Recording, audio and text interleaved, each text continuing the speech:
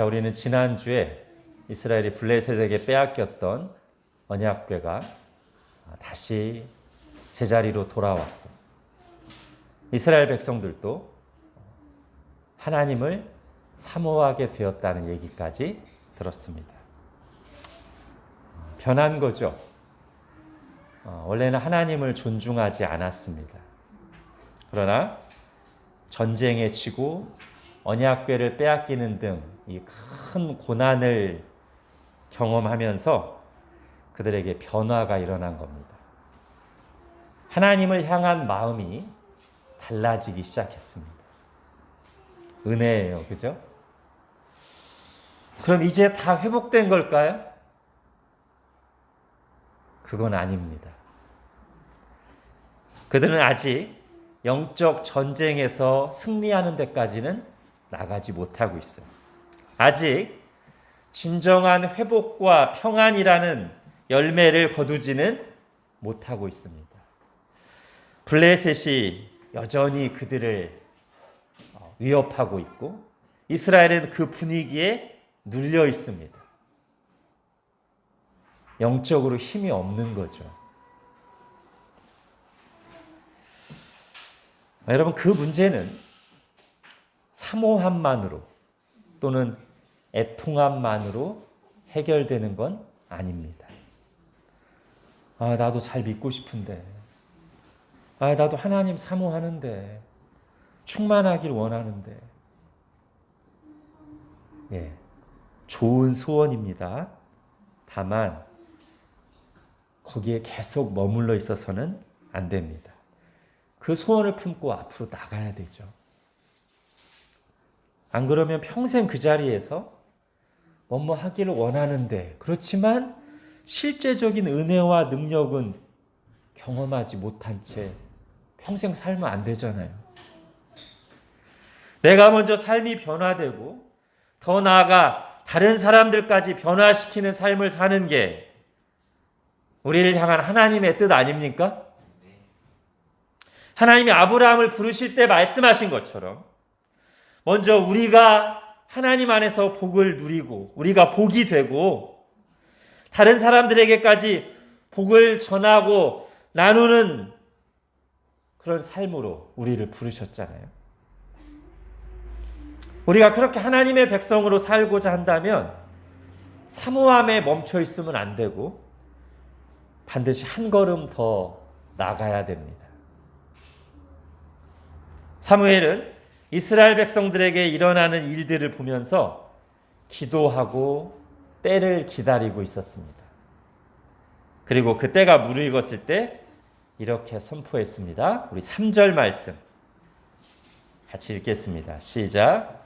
사무엘이 이스라엘 온 족속에게 말하여 이르되 만일 너희가 전심으로 여호와께 돌아오려거든 이방 신들과 아스다롯을 너희 중에서 제거하고 너희 마음을 여호와께로 향하여 그만을 섬기라. 그리하면 너희를 블레셋 사람의 손에서 건져내시리라. 아멘. 여러분, 사무엘의 메시지는 분명했습니다. 우선 이스라엘의 현재 상태를 어떻게 진단하고 있는지 보세요. 이렇게 얘기하죠. 만일 너희가 전심으로 여호와께 돌아오려거든. 이게 무슨 말입니까? 사무엘이 볼 때, 즉 하나님의 눈으로 볼 때 이스라엘은 아직 온전하게 하나님께 돌아오지 않았습니다. 예, 전보다는 분명히 나아졌습니다. 언약궤를 대하는 태도에서도 그렇고 하나님을 사모하고 있는 것도 그래요. 그러나 그것만 가지고는 부족합니다. 즉 이스라엘의 모습은 지금 어떤 모습이냐면 잘못된 길로 가다가 어떤 그걸 깨닫게 하는 은혜가 있어서 이건 아닌데 하고 있는 상태지 아직 진짜로 유턴하지는 않았어요.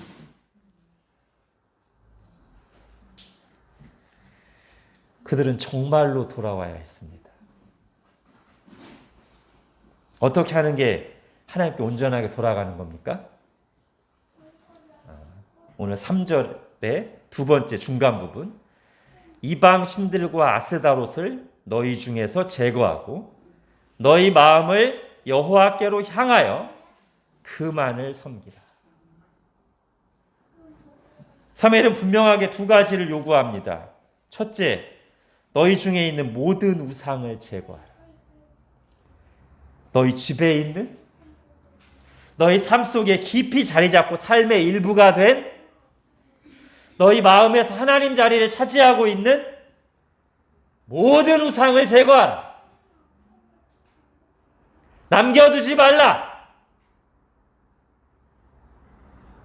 둘째, 마음을 하나님께로 향해서 하나님만 섬기라. 다른 곳으로 향하던 마음, 하나님에게서 멀어지고 식어있던 마음, 하나님을 형식적으로 대하던 태도에서 돌이켜 내 마음을 하나님께로 향하라. 온 마음을 다해 하나님만 의지하고 섬기라. 이것이 이스라엘을 향한 하나님의 요구입니다. 완전한 회복을 위한 필수 조건입니다. 모든 우상을 제거하고 오직 하나님만 섬겨라. 자, 우리가 우상을 제거하려면 우상에 대해서 바르게 알아야 되겠죠? 우상에 대해 몇 가지만 간단하게 살펴보겠습니다. 첫째, 왜 우상을 숭배하는가? 우상의 본질이 뭔가? 여러분, 우상의 모습은 여러 가지로 나타나요. 근데 결국 우상의 본질은 두 개입니다. 첫 번째는 두려움의 문제를 해결하려는 거예요. 즉, 의지할 대상이 우상입니다. 우상에게서 평안을 구하는 거예요. 자, 또 하나, 우상은 의지할 대상으로서 우상이고요. 또 하나는 탐욕을 채우려고 우상을 섬깁니다. 즉, 만족을 얻기 위한 우상이 있어요. 우상에게서 삶의 의미와 기쁨과 만족을 찾는 거예요. 결국 모든 우상은 이 두 가지입니다. 또는 이 두 가지 합쳐져 있거나 내가 그것을 의지하는 대상이고 거기에서부터 만족을 얻기 위한 거예요. 여러분, 이스라엘과 주변 민족들이 바알과 아스다롯 같은 우상을 왜 만들어 섬기는가? 결국 이 두 가지 때문이에요. 의지하고 자기가 원하는 만족을 거기서 찾으려는 거예요. 현대사회에서 돈, 성, 야동, 인터넷, 게임, 휴대폰, 유튜브, SNS, 각종 취미생활 등에 빠져 살아가는 것도 같은 이유예요. 본래 하나님에게서만 찾아야 되는 것을, 뭐를? 참된 평안과 참된 기쁨, 그리고 하나님만이 주실 수 있는 그것을 하나님이 아닌 다른 것에서 구하는 거예요. 그게 우상이에요. 둘째, 그럼 실제로 우상 숭배는 어떻게 하는 게 우상 숭배입니까? 어떤 식으로 드러납니까? 하나님보다 그걸 더 의지하는 거죠. 하나님보다 그걸 더 사랑하는 거죠. 하나님보다 그걸 더 중요하게 여기는 거죠. 물론 말로는 하나님이 최고라고 하지만 실제 마음속에서는, 실제 그가 하는 행동을 보면 그게 더 중요해요. 그걸 더 의지해요. 그걸 더 우선순위에 놔요.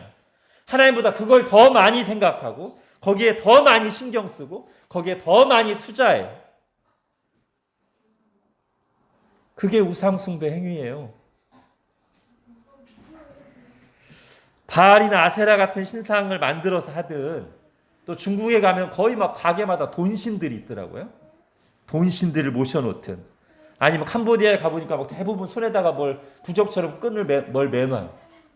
그렇게 하든, 이런 것들은 다 눈에 보이는 구시대적 방식이라면, 현대사회에서는 아까도 말씀드렸던 돈, 성, 인터넷, 게임, 유튜브 취미 생활을 가지고 하는 건데 거의 현대적이고 세련된 방식이죠.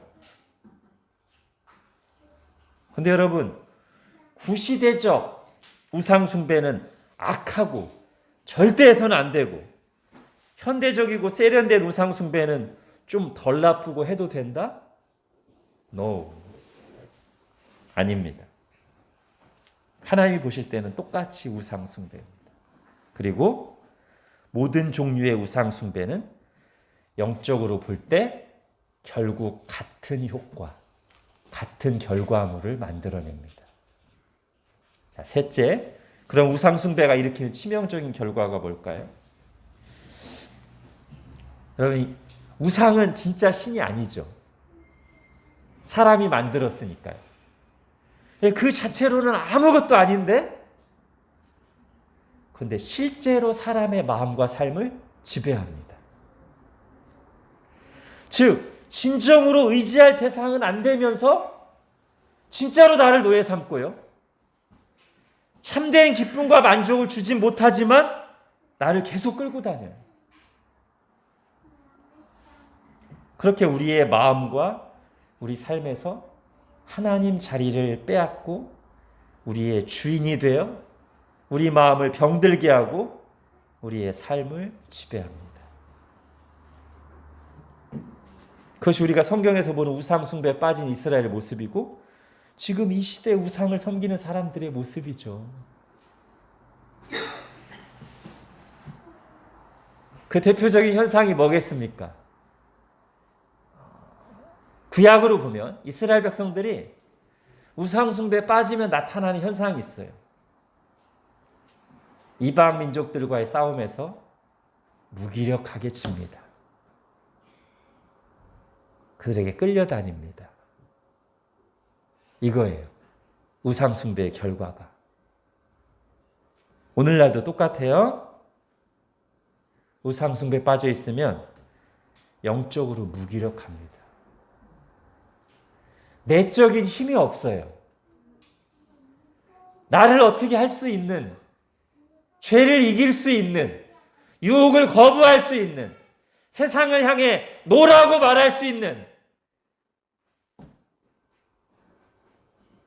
내적인 힘이 없어요. 무기력해요.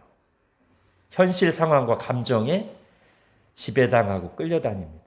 그래서 영적인 성장은커녕 기본적인 신앙 지키기도 버겁게 느껴져요. 스스로도 신앙의 회의를 느끼는 상태까지 이를 수도 있어요. 근데 여러분, 이렇게 우상 숭배에 빠져 있는 동안에는 그걸 바르게 보고 해석하지 못하고 오히려 어떻게 생각하냐면 우상을 딱 붙잡고 이것마저 없으면 내가 어떻게 살아요? 마치 그 우상이 나를 지켜주고 위로해주고 내 고난 삶을 지탱해주는 것처럼 이것까지 없으면 어떻게 살아? 근데 나를 도와주고 나를 위로해주는 것처럼 여겨지는 그것이 사실은 나를 영적으로 죽이는 건데 해석이 잘못되니까 계속 여기서 하나님으로부터 멀어졌기 때문에 내가 힘든 건데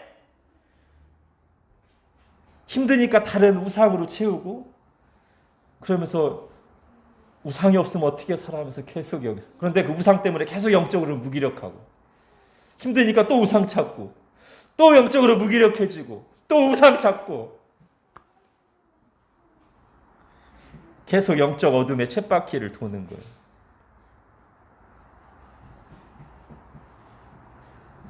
넷째, 여러분 우상 숭배는 분위기를 탑니다. 그리고 익숙해집니다. 이게 굉장히 무서운 거죠. 치명적인 건데 익숙해져요. 여러분 한번 생각해 보세요. 이스라엘 백성들이 그 시대에 자기들 시대에 왜 그렇게들 우상 숭배를 많이 했을까요? 아니 왜 살아계신 하나님을 믿는다고 하면서 집집마다 우상을 소유하고 마을마다 바알 신상, 아세라 신상을 왜 세워놨을까요? 왜 그런 것 같아요, 여러분? 당시의 주변 나라가 다 그렇게 하니까 그 시대 세상이 다 그렇게 하니까 그거 하는 게 너무 익숙해져. 오히려 그걸 안 하는 게 이상하게 여길 정도, 유별나게 보일 정도로. 그 시대 문화가 그래요.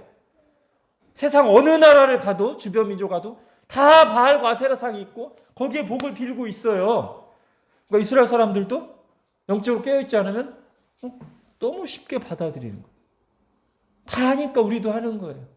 선지자가 와가지고 책망하고 우상을 버려라 그러면 이게 남들 다 하는 건데 왜 못하게 하냐고. 여러분, 하나님의 백성이라면 모여서 어떻게 하나님의 나라를 이룰 것인가 이야기하고 서로 말씀으로 격려하고 기도하고 이웃의 중에 누구누구를 어떻게 하나님께로 이끌 것인가 논의하고 함께 기도해야 될 텐데 이게 신자의 마땅한 모습이고 사실 그때 영적으로 힘이 나는데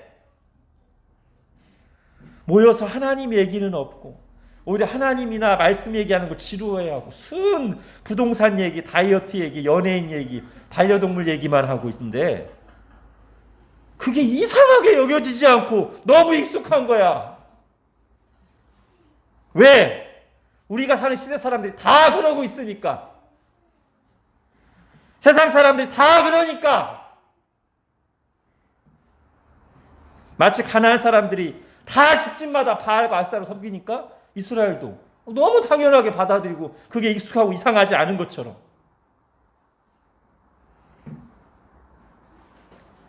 죽는 길로 가면서도 그것 때문에 실제로 영적으로 피폐하고 곤고한데도 익숙해요. 다 같이 가는 거야, 죽는 길로. 자, 여기서 제가 너무 극단적으로 가지 않기 위해서 잠깐 정리하고 가겠습니다. 그럼 신자들은 그런 것들을 전혀 가까이 하지도 말고 말하지도 말아야 할까요? 아닙니다. 결코 그렇지 않아요. 돈, 취미생활, 대중문화, 유튜브, SNS, 반려동물. 제가 분명히 말씀드리지만 이런 것들은 그 자체로 전혀 나쁜 것이 아닙니다. 나쁘기는커녕 신자들에게도 필요한 것들이 대부분이고 감사함으로 받아 잘 사용하고 누립니다. 오히려 이런 것들을 자체를 너무 죄악시하거나 극단적으로 거부한다면 그게 문제겠죠. 여러분, 소리를 창조하셔서 우리로 하여금 음악 활동을 하게 하시고 누리게 하시는 분이 하나님이시잖아요. 다양한 색깔을 만드셔서 시각적인 작품을 만들고 미술을 즐기게 하시는 분이 하나님이시지 않습니까? 참으로 우리 하나님은 예술가 하나님이시고요. 문화적인 하나님이시고요. 음악과 미술과 과학과 인문학의 근원이 되시고 원조가 되시는 분이잖아요. 그러니까 우리가 그것 자체를 부정적으로 볼 필요가 없고 부정적으로 봐서도 안 돼요. 자, 그럼 이제 여기서 이제 정리하고 가야 되죠. 그럼 이걸 어떻게 할 때는 문제가 없는 거고 언제 이것이 우상 숭배가 되는가 이거예요. 어떤 게 자유한 거고 어떤 게 자유한 것이 아닐까요? 사실 분명합니다. 이 답은.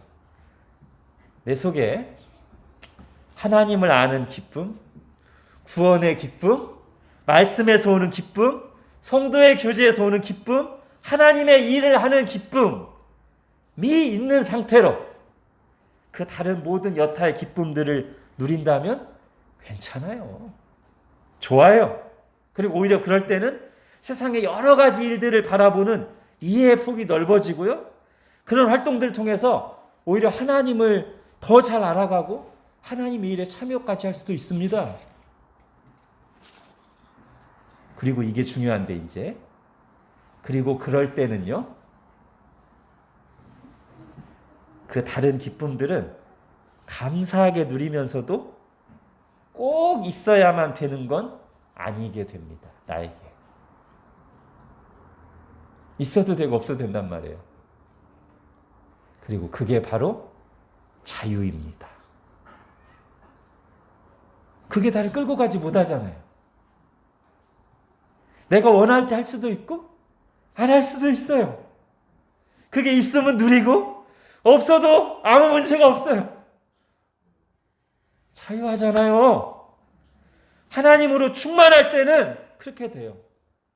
다른 게 우리를 얽어매고 끌고 가지 못해요. 다른 거 안 한다고 스트레스 안 받아요. 하나님이 주시는 기쁨이 있어요. 그게 성경이 말하는 자유예요. 그런데 그게 아니라 하나님과 인격적인 교제가 없고 아까 말씀드렸던 그 하나님 안에서 하나님이 주시는 그 기쁨이 없거나 희미한 상태로 다른 것들이 내 기쁨의 주된 원인이 돼. 돈, 성공, 세상 재미들이. 그래서 하나님께 드리는 예배는 무너져 있어도 하나님께 기도하는 생활은 하지 않아도 그건 꼭 하는 상태. 그게 없이 못 사는 상태. 여기서 못 산다는 것은 그게 없으면 짜증나고 허전하고 그걸 잠시 미루거나 내려놓으라고 하면 그걸 어떻게든 빼앗기지 않으려고 막 공격적이 되는 상태. 여러분 그게 우상이 된 거예요. 그리고 이때는 자유의 의미가 왜곡됩니다. 아까 하나님으로 충만할 때는 해도 되고 안 해도 되는 게 자유였죠. 그게 성경이 말하는 진짜 자유예요. 그런데 지금 이 상황이 되면 단순히 내가 하고 싶은 것을 하는 것만 자꾸 자유라고 주장해요.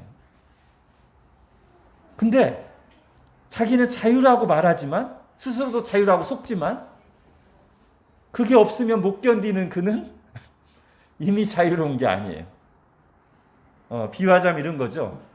자, 자기가 뭘 잡고 있어요. 그거 잠깐 놔봐 그러면. 아니야, 내가 지금 잡고 싶어서 잡고 있는 거야. 그냥 잠깐 놔보라고. 아니, 내가 잡고 싶어서 잡고 있는 거래. 못 놔. 그래서 자기는 자기가 원해서 잡고 있으니까 자유로운 거래. 그러니까 좀 자유로우니까 놔보라고. 못 놔. 자유로운 건 뭐예요? 잡았다가 놨다가 잡았다가 놨다가 이래야 자유로운 것이. 아니 그거 중요하지 않다면서 그러면 잠깐 안 하면 안 돼? 하나님께 예배 드리는 거 잘하게 좀 포기할 수 없어? 아니라니까. 이것 때문에 못하는 거 아니라고. 나도 하나님 사랑한다고. 이거 하면서도 예배 잘 드릴 수 있다고.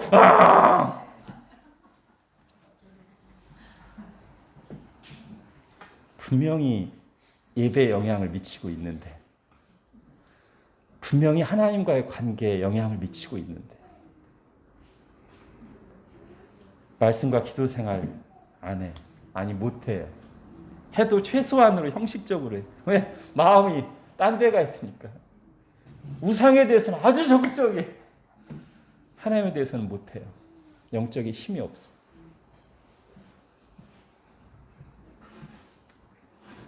여러분 제가 제일 처음 전도사로 섬기던 교회에서 청소년부를 담당했는데 그 학생 중 한 명이 원래 나름 열심히 있고 예배 잘 나오던 아이예요. 찬양 인도도 했었어요 한때는. 근데 언젠가부터 자꾸 예배에 늦게 나와요. 나올 때는 막 딱 봐도 보여. 피곤해 쩔어서 나와요. 그러더니 좀 시간 지나니까 가끔씩 안 나올 때도 있어. 제가 불러서 왜 그러냐. 처음에는 뭐 아니라고 막 이런저런 얘기하는데 계속 물었더니만 문제를 발견했어요. 토요일 밤 늦게 사실 새벽까지 어떤 심야 라디오 음악 방송을 들어요. 그래서 제가 부드럽게 얘기했습니다. 야, 너 그것 때문에 계속 예배도 듣고 나와도 집중 못하고 너 이렇게 빠지기도 하잖아. 너 그런 애 아니잖아. 이 친구가 뭐라고 하냐면 그것 때문에 아니에요. 진짜 그것 때문에 다음 주에는 꼭 나올게요. 그러나 비슷한 상태로 몇 주가 다시 지나갔습니다. 제가 좀 더 강하게 얘기했어요. 야, 너 그것 때문에 예배 못 나오고 있잖아. 그거 좀 안 하면 안 돼? 그건 안 돼요. 그건 꼭 들어야 돼요. 우상이죠. 이게 우상이에요. 결국 6개월 이상을 그렇게 하더니 나중에 인정했어요. 토요일 밤에 심야 라디오 방송 듣는 것 때문에 자기가 주일 예배에 늦거나 빠진다고. 그건 팩트니까 인정했어요. 근데 그 다음에는요. 그럴지라도 그 음악 방송은 포기할 수 없다. 계속 우상을 숭배하겠다. 여러분, 이런 우상을 내 마음과 삶에 남겨두고 있는 한 하나님께 온전히 돌아온 게 아니죠. 당연히 그리고 하나님께 돌아왔을 때 나타나야 될 현상이 안 나타나죠. 우상에게 매여 있는 동안 그 우상 숭배가 영혼을 좀먹고 영적으로 무기력하게 만들고 하나님이 우리에게 약속하신 진정한 기쁨과 평안과 자유를 누리지 못해요. 여러분, 우리에게 그 진정한 기쁨과 평안과 자유를 주시는 분은 우상이 아니라 하나님이십니다. 우리를 창조하시고 구원하신 분이 우리에게 그걸 주시는 거예요. 예수 그리스도를 아끼지 아니하시고 내어주신 이가 그 예수 그리스도 안에서 그 선물을 우리에게 주신다고요. 우상은 절대 주지 못합니다. 사무엘을 통해 주시는 말씀의 마지막 부분은 우상을 제거하고 하나님을 향해 온전히 돌아올 때 바로 그것, 즉 하나님 나라의 실제를, 하나님 나라의 능력을 비로소 맛보고 누리게 될 것이라는 약속입니다. 자, 3절의 마지막 뒷부분, 그리하면 너희를 블레셋 사람의 손에서 건져내시리라. 예. 여러분, 이 말씀을 듣는 이스라엘의 반응이 뭡니까? 우리 4절 같이 한번 읽어보겠습니다. 시작. 이에 이스라엘 자손이 바알들과 아스다롯을 제거하고 여호와만 섬기니라. 와! 이런 일이 일어났어요. 오랫동안 그들 속에 깊숙이 자리 잡고 있던 우상들을 정말로 제거했어요. 다 버렸어요. 그리고 중심으로 하나님께 돌아왔습니다. 와, 어떻게 이런 일이. 아니, 우리가 알고 있던 이스라엘이 아니잖아요. 이 모습은. 우리가 이스라엘에게 이걸 기대할 수 없잖아요. 근데 어떻게 이게 가능하죠? 이 일이 왜 일어났죠? 여기서 우리가 예수님의 말씀을 인용하고 아멘이라고 하는 것 외에 무슨 말을 덧붙이리요? 마태복음 19장 26절. 사람으로는 할 수 없으나 하나님은 다 하실 수 있느니라. 지난주에도 언급한 바 있습니다. 하나님은 사람이 스스로 할 수 없는 일을 하게 만드시는 분이라. 그렇게 인간의 생각과 한계를 뛰어넘는 하나님의 은혜와 일하심이 있다고. 지금 이스라엘 위에 바로 그 하나님의 은혜 프로세스가 작동하고 있는 것입니다. 지난주부터 이어서 얘기하자면 하나님의 징계 이후에 7장 2절에 거룩한 소원이 그들 속에 생겨나서 하나님을 사모하기 시작했고, 오늘 3절에 그들을 향한 분명한 그리고 강력한 하나님의 말씀이 선포되었으며, 그리고 4절에 그 말씀과 함께 역사하신 하나님의 은혜로 그들이 말씀에 적극적으로 반응하고 순종하고 하나님께 돌아왔습니다. 하나님 일하실 때 이런 일이 일어나죠. 성경에서 그리고 교회 역사 속에서 이런 일이 계속되어 왔기에 인간의 그 죄와 연약함에도 불구하고 복음이 우리에게까지 전해지고 지금 우리가 여기서 하나님을 예배하고 있는 거 아닙니까? 여러분, 2절에 보면 언약궤가 기럇 여아림에 들어간 날부터 20년이라고 나와요. 즉 오늘 본문 사건은 20년 묵은 이스라엘에게 일어난 일입니다. 아니, 기럇 여아림에 들어갈 때부터가 20년이고 그 이전 엘리 시대를 합치면 그보다 훨씬 오래됐죠. 뭐가? 이스라엘의 우상 숭배가. 우상을 마음에 품고 살고 일상 속에서 그 우상을 섬기던 습관이 20년보다 훨씬 오래됐어요. 그런데 오늘 고난과 말씀이 어우러진 하나님의 은혜 프로세스가 작동할 때 절대로 버리지 못할 것 같았던 우상들을 이스라엘이 다 제거하고 하나님만 섬기는 자리로 돌아왔습니다. 아무리 멀리 갔더라도 그 어떤 장애물이 막을지라도 우리 하나님께서는 당신의 백성들을 능히 제자리로 오게 하실 수 있습니다. 이사야 43장 두려워하지 말라. 내가 너와 함께하여 내 자손을 동쪽에서부터 오게 하며 서쪽에서부터 너를 모을 것이며 내가 북쪽에게 이르기를 내놓으라. 남쪽에게 이르기를 가두어 두지 말라. 내 아들들을 먼 곳에서 이끌며 내 딸들을 땅끝에서 오게 하며 내 이름으로 불려지는 모든 자 곧 내가 내 영광을 위하여 창조한 자를 오게 하라. 그를 내가 지었고 그를 내가 만들었느니라. 아멘. 그러므로 우리도 지금 이 회복의 은혜가 필요한 한국 교회를 위해 그리고 그 전에 우리 자신과 우리 가정을 위해 하나님 앞에 믿음으로 기도해야 되겠습니다. 이런 은혜 주시기를 그리고 주실 때까지 하나님 모든 우상들을 버리고 하나님만 사랑하고 의지하고 섬기게 해주십시오. 그리하여 영적 싸움에서 지고 끌려다니는 것이 아니라 영적 싸움에 이기고 하나님이 약속하신 것들을 풍성하게 경험하며 살게 하여 주십시오. 그다지 중요하지 않은 것들, 의미 없는 세상 잔재미에 낭비되던 나의 시간, 마음, 물질을 하나님을 알아가고 교제하는 데 쓰게 하시고 하나님의 일을 하는 데 드리게 하시고 하나님의 뜻대로 다른 사람들을 섬기는 데 사용하게 하여 주옵소서.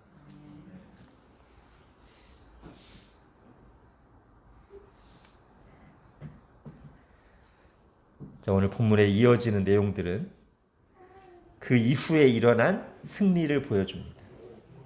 즉 우상을 다 제거하고 하나님께 온전히 돌아왔을 때 3절 뒷부분에 있는 약속처럼 그들은 오랜 시간 동안 시달렸던 그들 힘으로 도저히 벗어날 수 없었던 그 블레셋의 압제에서 벗어나는 영적 승리를 맛보았습니다. 그래야 마침내 맺게 된 열매가 무엇입니까? 14절 보십시오. 같이 읽겠습니다. 시작. 블레셋 사람들이 이스라엘에게서 빼앗았던 성읍이 에그론부터 가드까지 이스라엘에게 회복되니 이스라엘이 그 사방 지역을 블레셋 사람의 손에서 도로 찾았고 또 이스라엘과 아모리 사람 사이에 평화가 있었더라.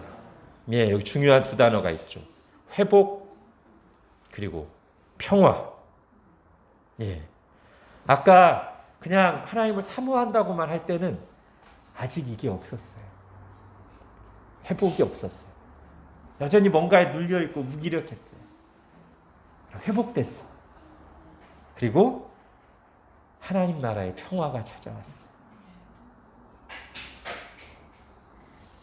이것이 우상을 버리고 전심으로 하나님께 돌아온 결과, 열매입니다. 자, 이 싸움과 관련해서 한 가지만 언급하고 넘어갈 것이 있습니다. 여러분 12절을 보십시오. 사무엘이 돌을 취하여 미스바와 센 사이에 세워 이르되 여호와께서 여기까지 우리를 도우셨다 하고 그 이름을 에벤에셀이라 하니라. 여러분 블레셋을 물리치고 대승을 거두던 날 그 대승을 거둔 그 마지막 경계 지역에 기념비를 세우고 돌로 그 이름을 도움의 돌이라는 뜻으로 에벤에셀이라고 했어요. 우리가 잘 아는 얘기예요. 그래서 많은 사람들이 이 에벤에셀을 승리의 장소로만 알고 있습니다. 그런데 여러분 4장 1절 가보세요.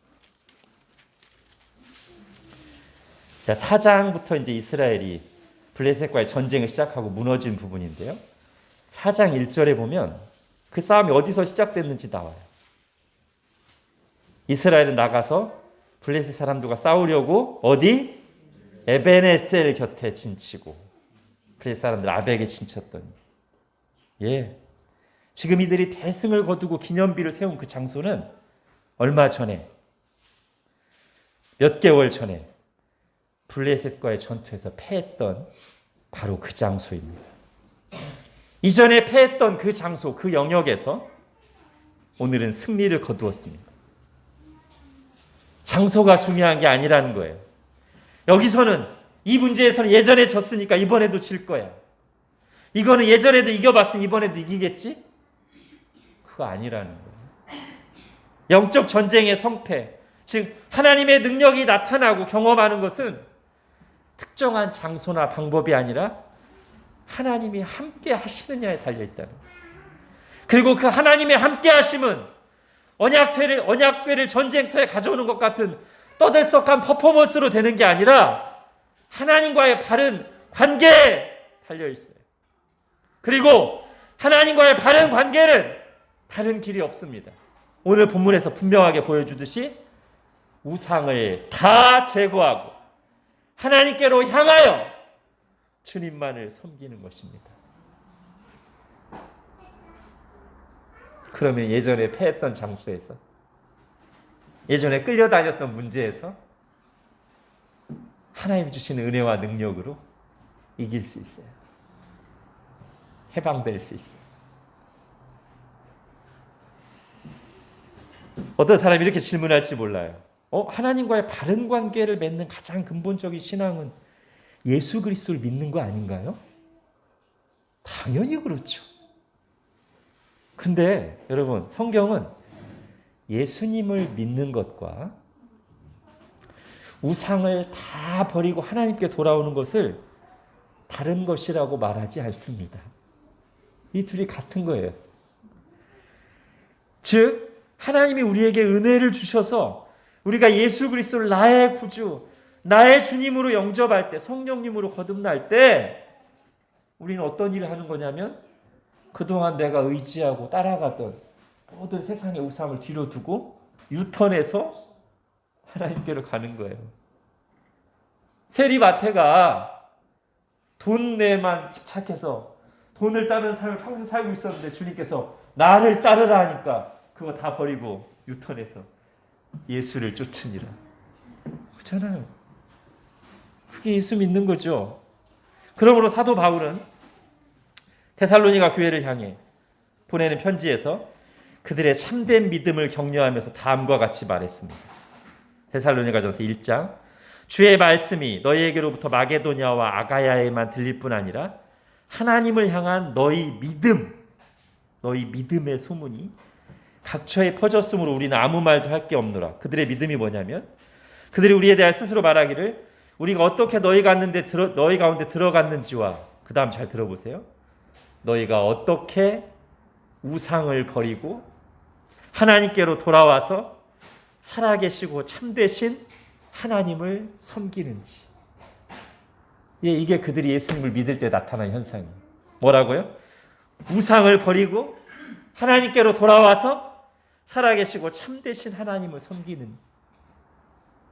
이게 데살로니가에서 바울이 복음을 전했을 때, 예수님을 전했을 때 예수님을 믿으면서 성령으로 거듭나면서 그들에게 일어난 일이었어요. 그래서 데살로니가 교회는 믿은 지 얼마 안 되는 어린 교회지만 복음의 생명력이 살아있는, 박해를 이겨내는, 주변 나라들에까지 영향력을 미치는 교회가 될 수 있었습니다. 데살로니가 교회뿐이겠습니까? 예루살렘 교회, 안디옥 교회, 에베소 교회, 성경 속에 참된 교회들, 성경 속에 참된 신자들이 다 그랬어요. 물론 그들도 때로 넘어지고 비틀거리고 연약함이 드러나고 갈등도 있었죠. 그러나 예수 그리스도를 믿고 거듭난 신자들은 근본적으로, 그리고 그 모든 과정에서 실제로 하나님 주시는 참된 기쁨과 평안과 생명력이 있었어요. 이것이 우리가 마땅히 있어야 될 제자리입니다. 우상을 제거하고 하나님만 섬길 때 실제로 우리에게 약속하시고 누리게 하시는 복입니다. 하나님 우리를 그 자리로 이끌기를 원하시고 능히 그렇게 하실 분입니다. 기도합시다. 하나님께서 우리에게, 그리고 우리 자녀들에게, 한국교회에 참으로 그런 은혜를 풍성하게 베풀어 주시기를 바랍니다. 기도하겠습니다. 하나님, 오늘 사무엘을 통해 주시는 말씀을 저희가 받습니다. 우리도 오늘 본문에 이스라엘이 그랬던 것처럼 우리의 가정에, 우리의 삶 속에, 우리의 마음 속에 하나님 자리를 차지하고 있는 드러난 우상 또는 은밀한 우상들을 하나도 남김없이 다 제거하고 우리 마음을 하나님께로 향하여 하나님만 섬기는 그 자리로 나아가 주님이 우리에게 약속하신 하나님 나라의 의와 기쁨과 평안과 자유함을, 하나님 나라의 능력을 실제로 풍성하게 경험하고 누리는 삶을 살기를 원합니다. 우리 각 사람에게, 우리 가정에, 그리고 한국교회에 이 은혜를 풍성하게 내려 주옵소서. 예수님의 이름으로 기도합니다. 아멘.